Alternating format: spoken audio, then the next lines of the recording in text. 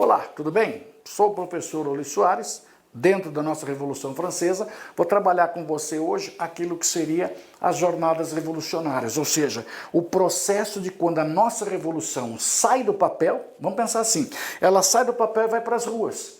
Ela sai do papel e vai para as ruas. Então o que está acontecendo com a França? A França vive uma crise, cara, que nós já comentamos com vocês. Nós temos problemas seríssimos de inflação, nós temos déficit público, nós temos baixas colheitas em função de secas e invernos rigorosos, nós temos o endividamento da nossa França em função de campanhas militares que foram desastrosas, tá? Perdemos colônias, olha que loucura. Então a nossa França está vivendo um problema seríssimo, tá? E ela tem uma sociedade completamente louca.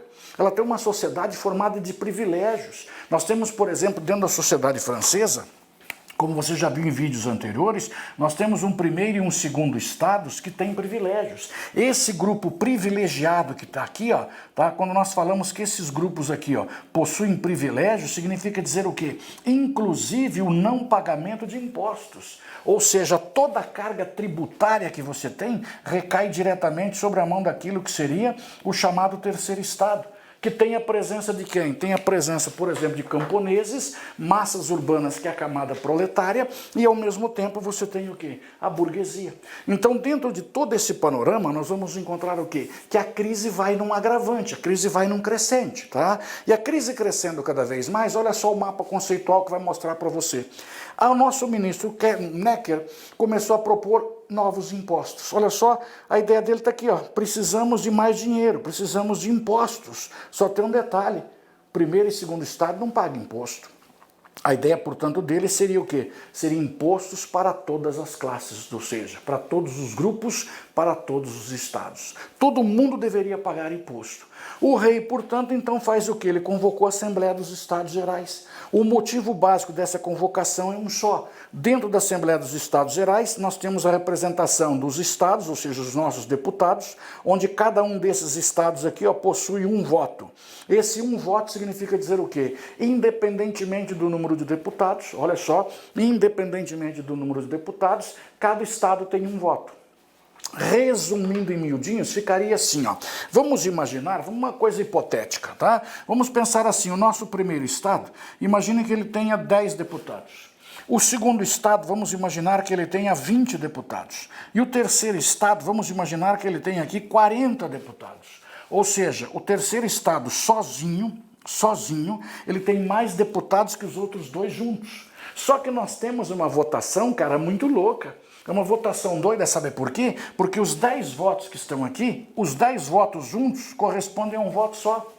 Os 10 votam juntos. O voto dele vai ser ou sim ou não. Agora, os outros 20 também têm um voto só.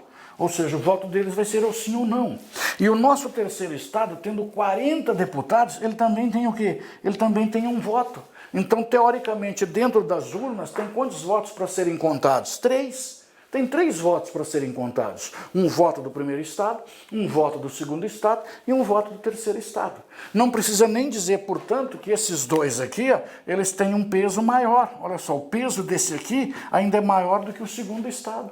E detalhe interessante, esses dois grupos aqui, ó, são os grupos privilegiados que você tem. Então agora imagine, a gente está reunido numa assembleia, olha só que bonitinho, onde nessa assembleia nós vamos discutir que todo mundo deve pagar imposto. Todo mundo deve pagar imposto, tá? Essa é a nossa discussão. Detalhe interessante, mas cada estado tem um voto só. Então, logicamente, nós temos que o clero e a nobreza normalmente saem favorecidos. Aí o que acontece nesse processo? A burguesia vira e diz o seguinte, moçada, por que nós não fazemos voto por indivíduo? Voto por cabeça, olha que loucura. Aí quando você fala assim, mas como voto por indivíduo, voto por cabeça? Tá aqui, ó.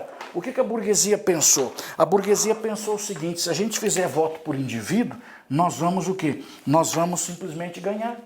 Aí alguém perguntou assim, mas burguesia, isso é uma proposta? Ela disse então vamos votar. Aí perguntou, primeiro estado, você quer voto por estado ou por indivíduo? Ele disse, eu quero por estado. Segundo estado, você quer voto por estado ou por indivíduo? Aí eu quero por estado. Terceiro estado, você quer voto por estado ou por indivíduo? Eu quero por indivíduo. Somamos os votos, 2 contra 1. Perdeu por maioria absoluta ou não? Perdeu. Aí, nesse momento, a burguesia, então, começou a desconfiar que estava sendo enganada, que dela não vai ganhar nunca, tá? Em função disso, o que vai acontecer? Como nós não vamos conseguir vencer, porque simplesmente não aceitaram uma proposta de voto individual, o que acontece? Simplesmente nós temos que, nesse momento, o terceiro Estado abandona a Assembleia dos Estados Gerais e declara-se em Assembleia Nacional. Olha aqui, ó, estamos nos declarando em Assembleia Nacional. Significa dizer o quê? Que nós vamos nos reunir e nós vamos elaborar uma nova Constituição para a França. Isso aqui é o que nós chamamos de primeira jornada revolucionária. Quando simplesmente um garotão chamado Mirabeau disse abertamente: só saio daqui à custa de baionetas. Olha que loucura, tá? Então a nossa revolução, nesse momento, ela começou a tomar um certo corpo, embora ainda estivesse somente no papel, tá? Detalhe interessante que nós temos, olha só, o nosso povão armado, a partir do momento que você vai se declarar em revolução, nós estamos simplesmente tentando elaborar uma Constituição. Em 14 de julho de 1789, nós conquistamos a Bastilha. A tomada da Bastilha é a segunda jornada revolucionária. A Bastilha é o símbolo daquilo que seria o quê? Daquilo que seria o chamado absolutismo. Embora nós tivéssemos poucas pessoas presas ali, mas nós temos o quê? Nós temos munição, nós temos pólvora, e ela representava aquilo que seria o quê? Aquilo que seria a ideia absoluta. Tá? Essa prisão, portanto, que é símbolo do absolutismo, marca exatamente o quê? O início da Revolução Francesa. Beleza? Aí, ao mesmo tempo, no mês de agosto, então repara, no mês seguinte, nós vamos entrar numa fase chamada de Grande Medo, onde uma verdadeira onda revolucionária, onde nós temos que a população vai invadir castelos e invadir mosteiros. Diziam abertamente que a França seria melhor o dia que o último nobre morresse enforcado nas tripas do último padre. Ou seja, o processo, portanto, chegou às ruas. Esse é o famoso Grande Medo. É nesse momento, inclusive, que os nossos nobres começaram a fugir da França.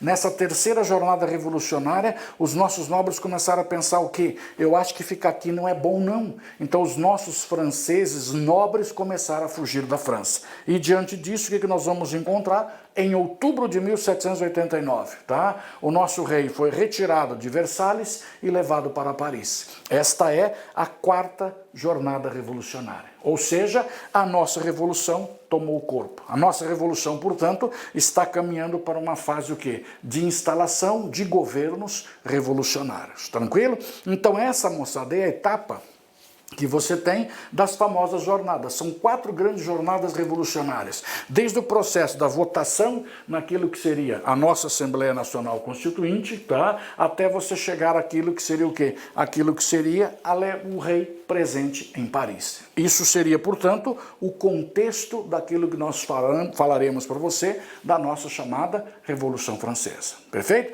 Aguarde os próximos vídeos que nós vamos falar de cada uma das fases para você. Gostou? Curte aí, compartilhe e se inscreve no canal. Até a próxima.